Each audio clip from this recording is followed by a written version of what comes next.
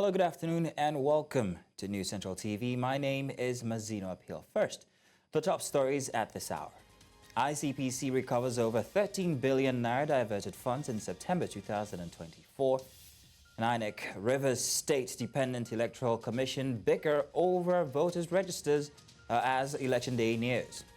And authorities in Mali postpone start of school year following severe flooding. Details coming now.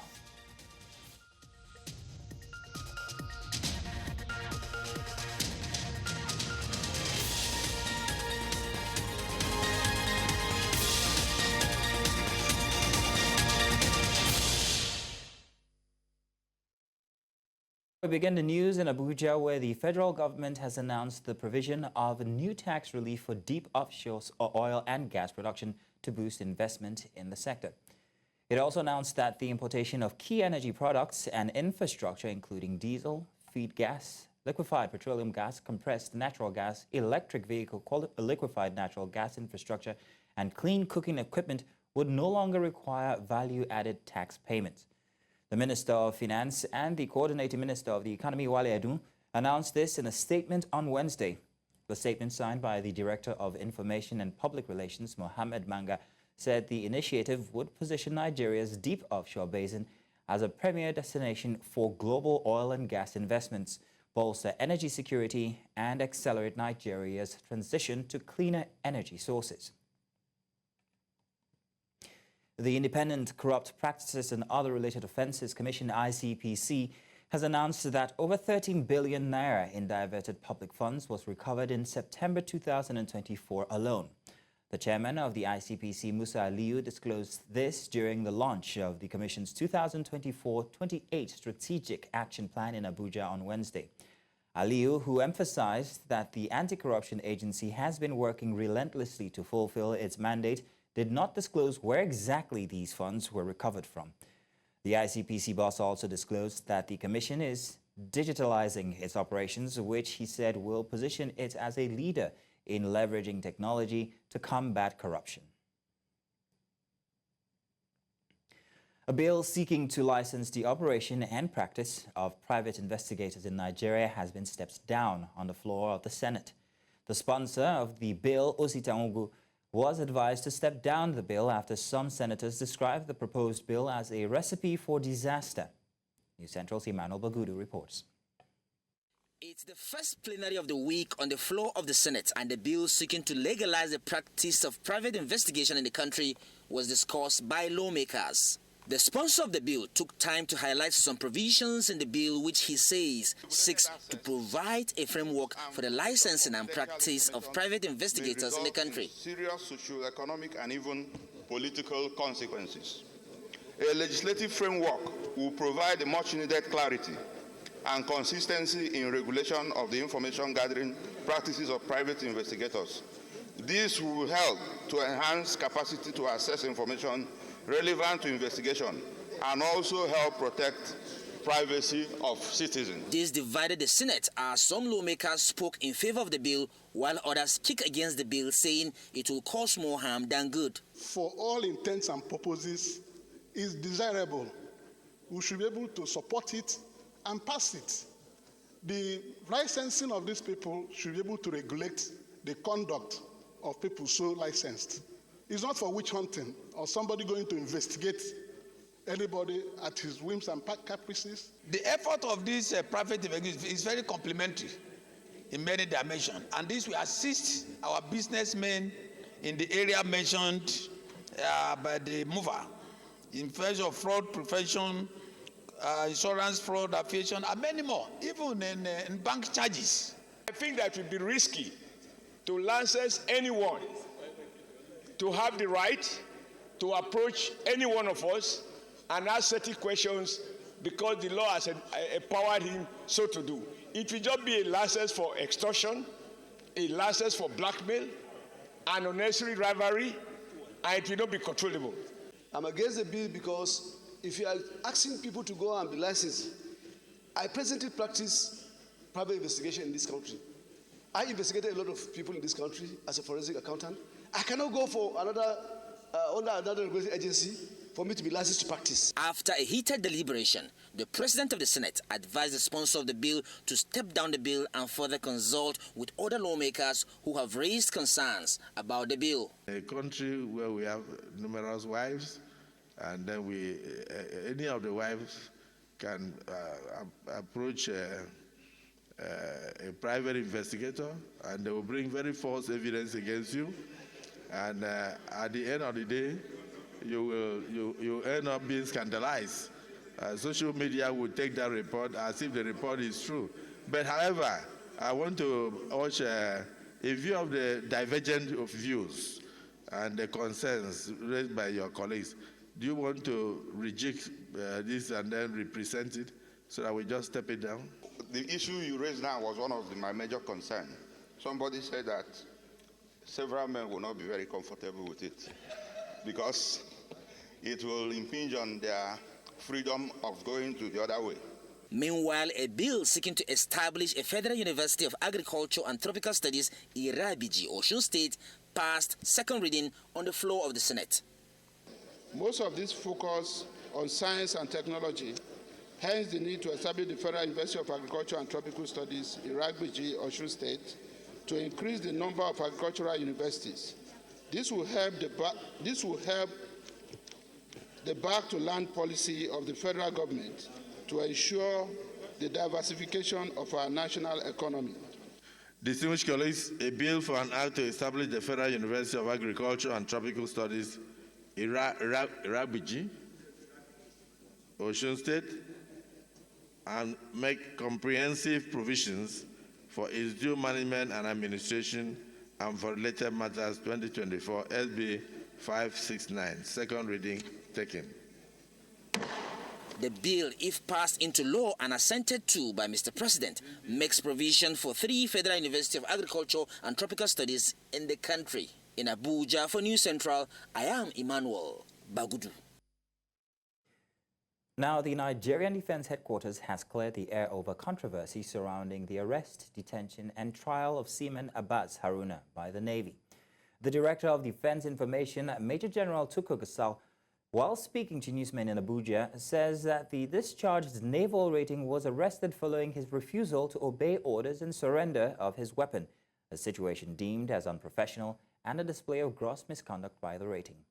He said that claims that the seaman was incarcerated for 6 years without trial are false, saying he underwent a valid court-martial before his shameful discharge from the Navy. A perusal of the report of the prosecution confirmed that the accused rating disobeyed the order of his commanding officer and resisted arrest by firing his rifle to the extent that he expended 16 rounds of ammunition, which could have resulted in the death of any of his colleagues around there. The action of the X-rating was in no doubt an act of gross indiscipline, capable of taking the lives of his colleagues. It is therefore evident that the X-rating cannot be trusted with a rifle or any weapon belonging to the armed forces of Nigeria. This is because soldiers, ratings, and aircraftmen are trained for the purpose of weapon handling to apply SEM judiciously and diligently when called upon for the protection of the sovereignty of the Federal Republic of Nigeria and not extraneous uses which could endanger others.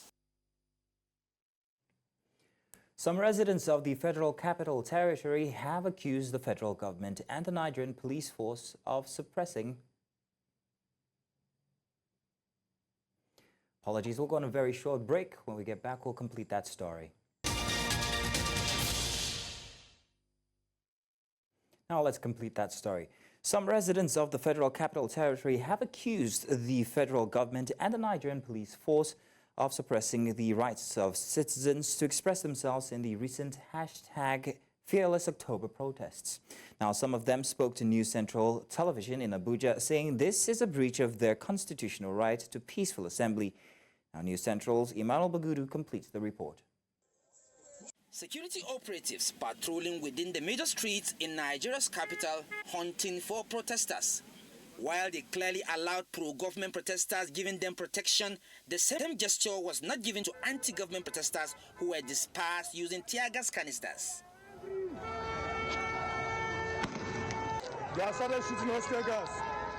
This has been condemned by international human rights watchdog Amnesty International. You can see police brutality, using tear gas on some persons yesterday. I watched it on live TV. So not that I was told. That is the reason. We are not yet recovered from the brutality of Nigerian police and the Nigerian state. And so far we are all human beings. Emotion will set in. Somebody like me, yesterday I was in the prison with those who are being arrested and held hostage, even despite the fact that they are being granted bail.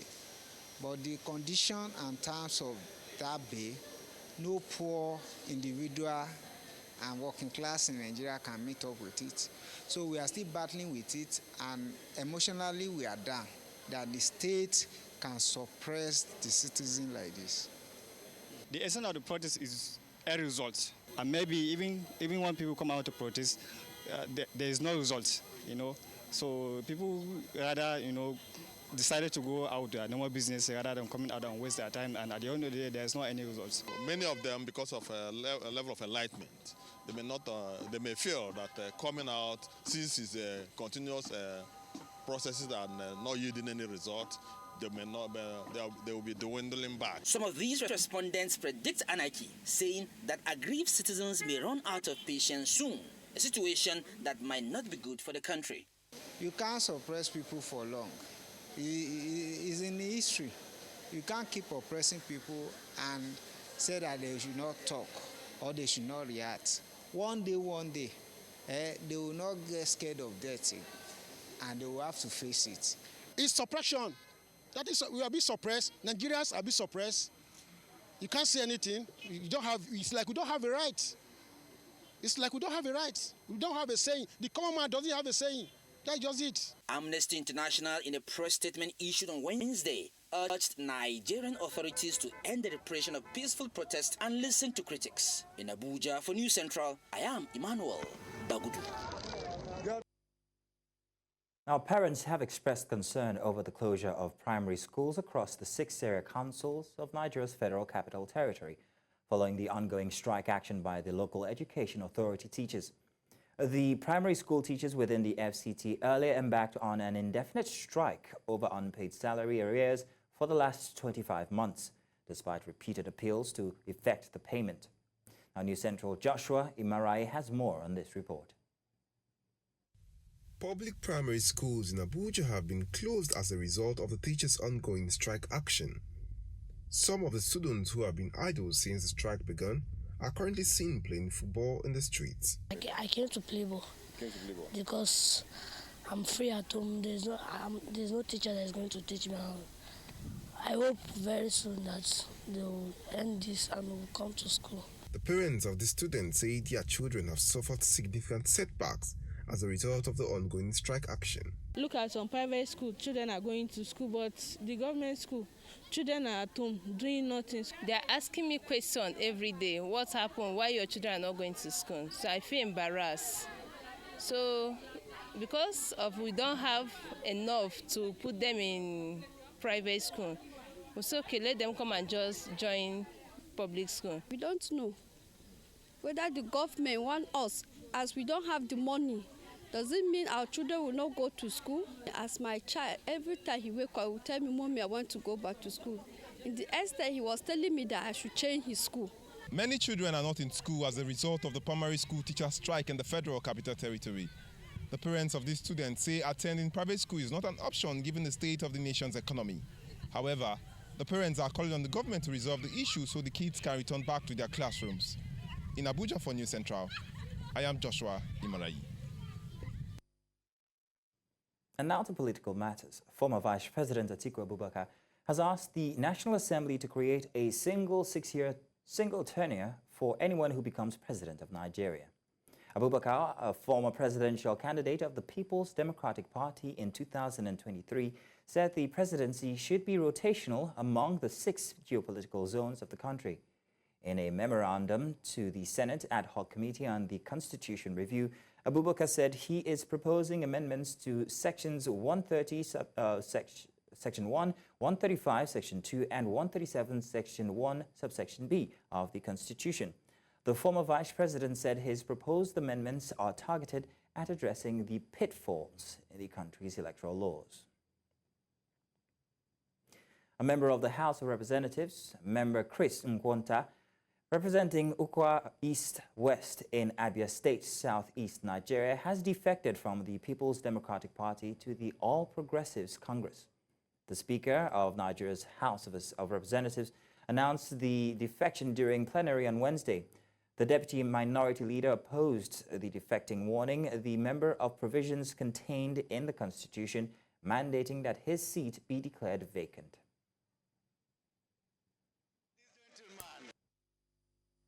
The defection of Honorable Chris Nkwonta, member representing Ukwa East and West Federal Constituency, Abia State, from People's Democratic Party to All Progressive Congress. May we stand and appreciate this gentleman. I want to underline this word. Shall vacate his seat in the House of which he is a member if he becomes a member of another legislative house. A. B.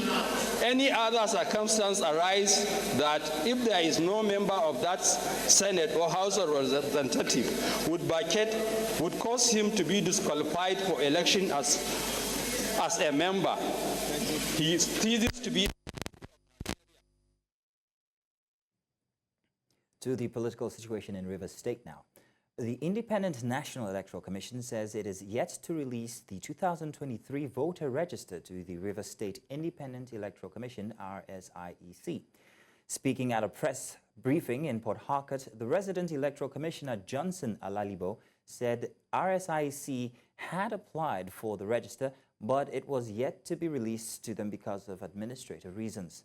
Alalibo further confirmed that the commission is in a receipt of the court judgment from Abuja barring the commission from releasing the register.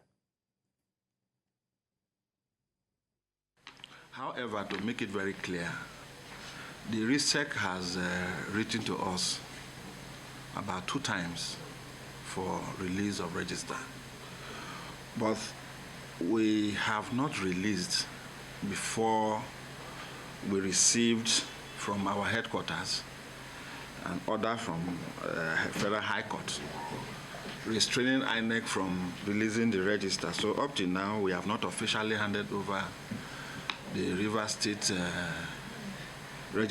voters register to the RISEC. We have not. The ICT department housed the voter register, and the voter register is in soft copy. And in 2 ways, either we give it to them in that soft copy, or we photocopy them, both black and white and color. Then we stamp, certified true copy. But we have not given them.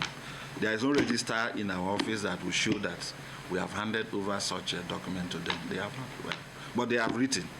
I have that of the Federal High Court from Abuja, which was sent to me by my headquarters, directing me to comply with the court order.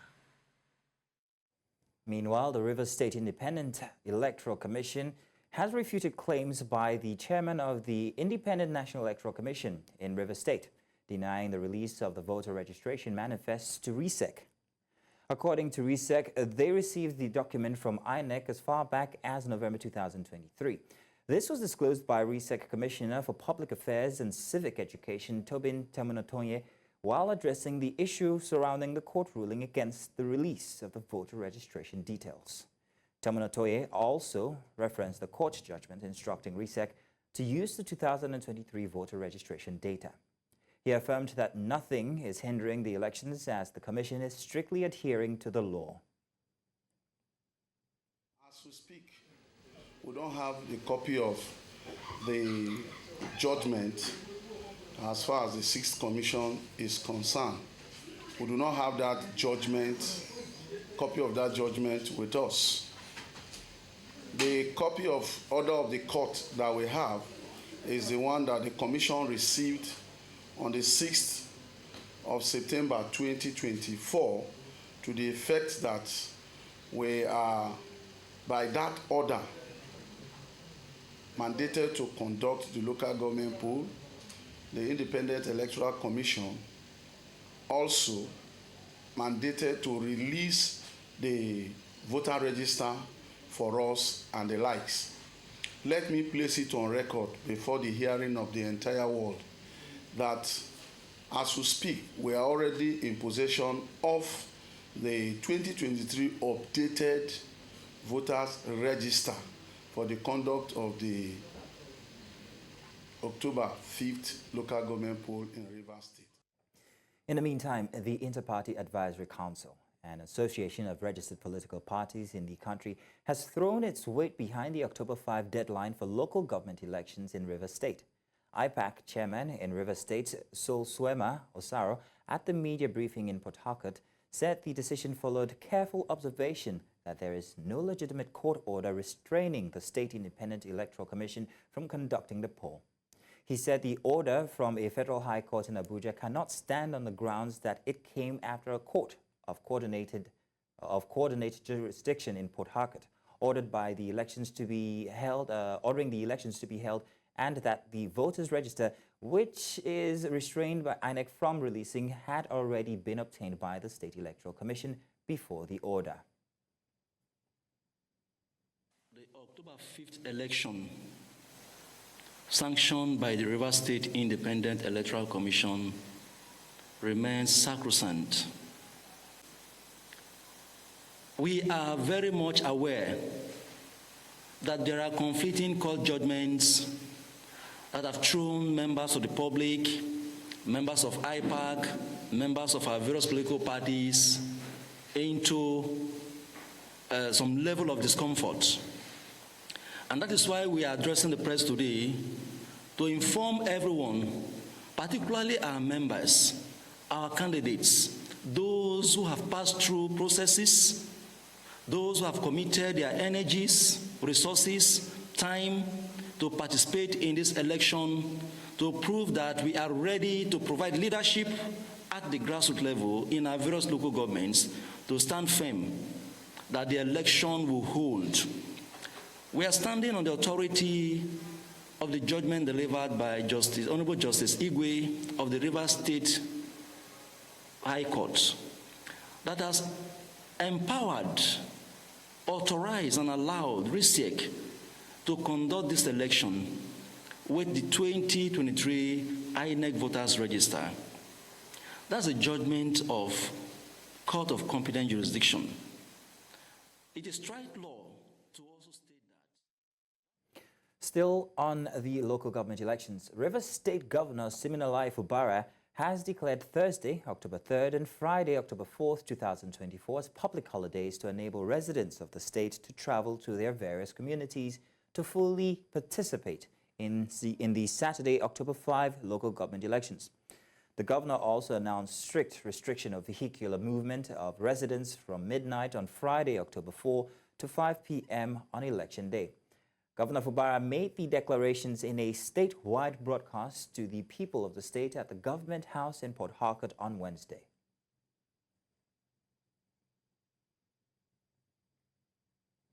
Now to discuss this, we are joined by a legal practitioner, Eugene Ode. He joins us from Rivers State. Mr. Ode, you're welcome. Thank you for joining us this afternoon. Thank you for having me. Good afternoon. Good. Now, let's get started. What are the legal grounds for the Independent National Electoral Commission to withhold the registers from the people? Well, the grounds were well stated by the resident electoral commissioner, and he said unequivocal.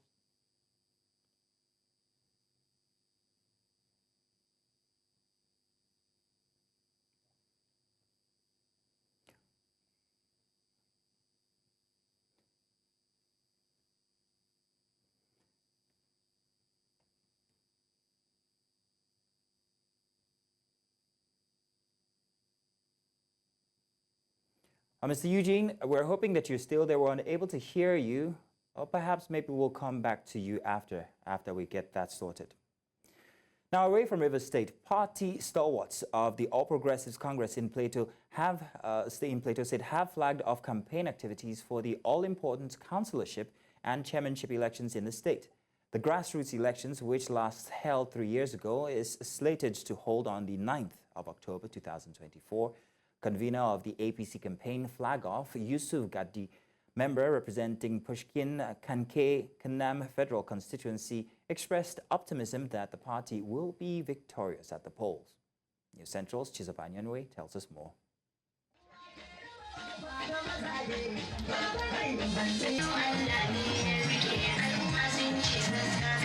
It looked like a carnival, but it was not. It was the entrance of the state APC leaders into the stadium in Dengi, venue for the campaign flag-off for the local government elections in Plateau State. Sons and daughters of Dengi in Kanam local government area of the state had also gathered to reassure their leaders of their commitment and readiness to step out en masse come October 9, 2024 for the elections.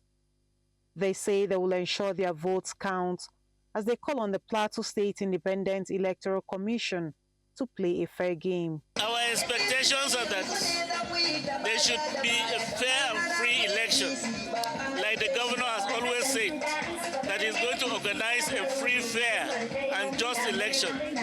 We want to take him by his words, and that is why we are all here in this number to make sure that on the 9th of October, each and every one of us casts his votes for the candidates that he likes. I want Plastic, with authority I call on Plastic, to conduct this election free and fair. We are all citizens of Plateau State. Anybody that emerges, irrespective of your political party, you are first a Plateau citizen. Irrespective of your religion and tribe. So I want anybody that emerges should be given his due, his position, because it is service to humanity. Much is required from them because the initiative is a global thing altogether. We pray that they can do more in order to help people that are downtrodden and people that are expected much from them.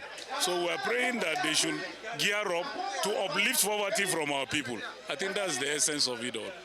Leader of the APC on the plateau, Senator Simon Lalong, was represented at the event by the former gubernatorial candidate in the 2023 election, Nentawe Yowada, who also accepted and presented APC flags to new decampees of the party. Member representing Pangshin Kanke Kanam Federal Constituency, Yusuf Gagdi, spoke shortly after the event. Election have process. You say you will bring electoral materials. Yes, we are well prepared to follow up the electoral materials. You say you will dispatch them to wards and polling units. We are waiting. You say results should be announced as polling unit and what level based on the Plastic Act. We are waiting. We say for the chairmanship it should be announced at the local government headquarters. So we are still waiting. So you've seen the people. I'm sure the people will take their destinies in their own hands. So as long as 9th of October is going to come, Kanam people will definitely take their destinies in their own hands. All eyes remain on Plastic to see how credible they will be, especially the chairman, Plangji Chishak, whom the election will be his first outing since assuming office. In Dengi, Kanam local government area of Plateau State, Chizoba Anyowe, reporting for News Central. We're going on a short break now. When we get back, more news on the other side.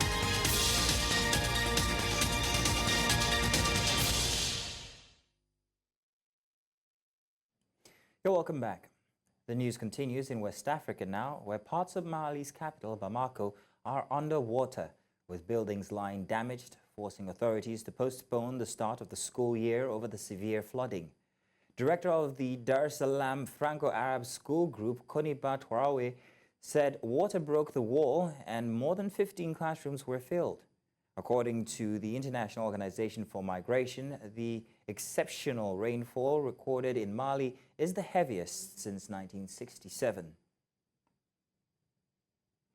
In East Africa, Malawi's government has launched the food distribution drive for over 5 million hunger-stricken people impacted by a drought exacerbated by climate change and the El Niño weather phenomenon. The drought is the worst to hit southern Africa in a century, leaving landscapes barren and leading to food shortages for millions. According to the World Food Programme, the drought has damaged 44% of the country's crops.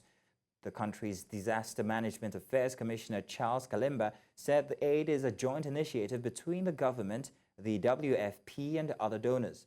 He said the project aims to reach 5.7 million in the country of 20 million inhabitants.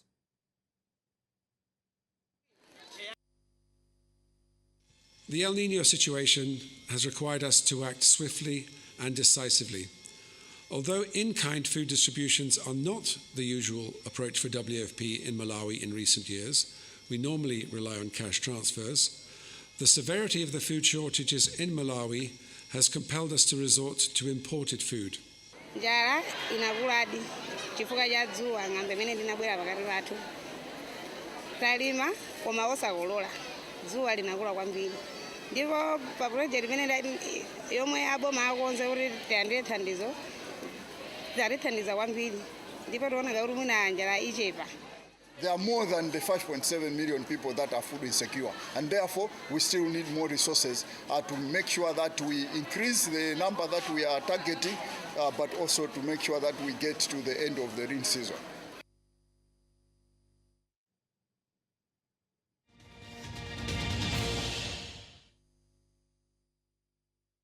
Now, Taiwan's National Fire Agency says 2 people have been killed, 2 others missing, and more than 100 injured as Typhoon Krathon pounded the island with torrential rains and strong winds.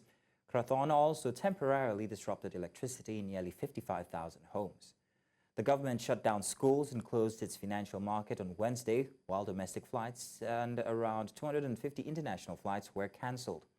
Offices and schools will remain closed on Thursday and domestic flights still suspended. The Interior Ministry said around 10,000 people had been evacuated from vulnerable areas as a precaution, urging the public to stay at home and remain vigilant.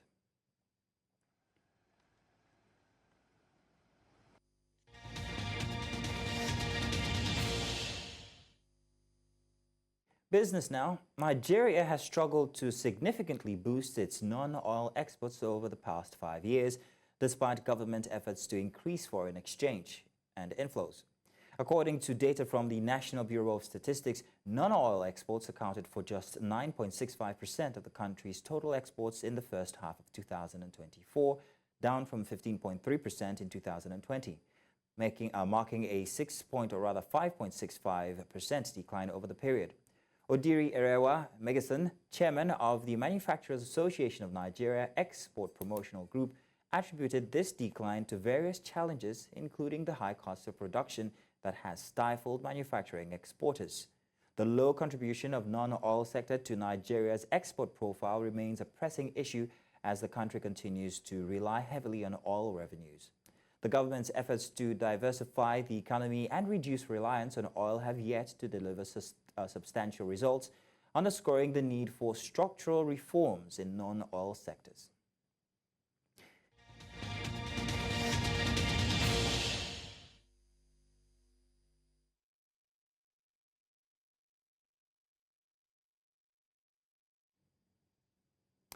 Now, sports. The 2024 FIBA Africa Regional Youth Camp will take place in the cities of Douala, Cameroon, and Abidjan, Côte d'Ivoire. The 4-day camp, which is a collaboration between FIBA Africa and the National Basketball Association, NBA, will provide young athletes born in 2008 and 2009, along with their coaches, the opportunity to benefit from top-level training. The program will focus on improving both individual and team skills while promoting essential values such as teamwork, hard work, and commitment.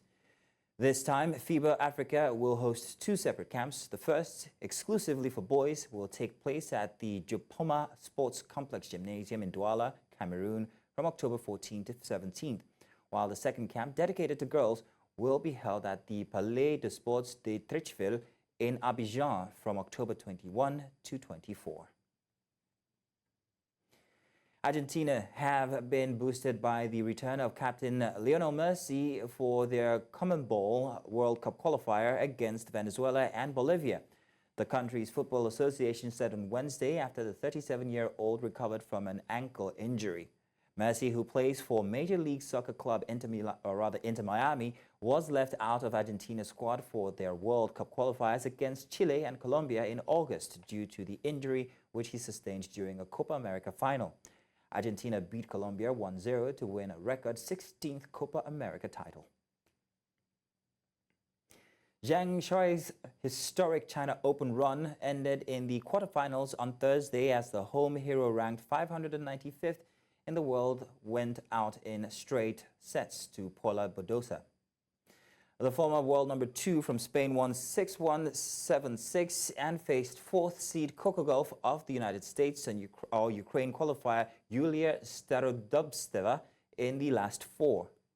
The 36-year-old Zhang, a 2-time Grand Slam single quarterfinalist, who has been plagued by injury, arrived in Beijing on a run of 24 single defeats in a row. The painful losing run, stretching from more than 600 days, was the second longest on the WTA Tour in the Open era, which began in 1968. And that's all the news this hour. But before we go, let's take another look at some of the major stories. ICPC says it has recovered over 13 billion naira diverted funds in September 2024.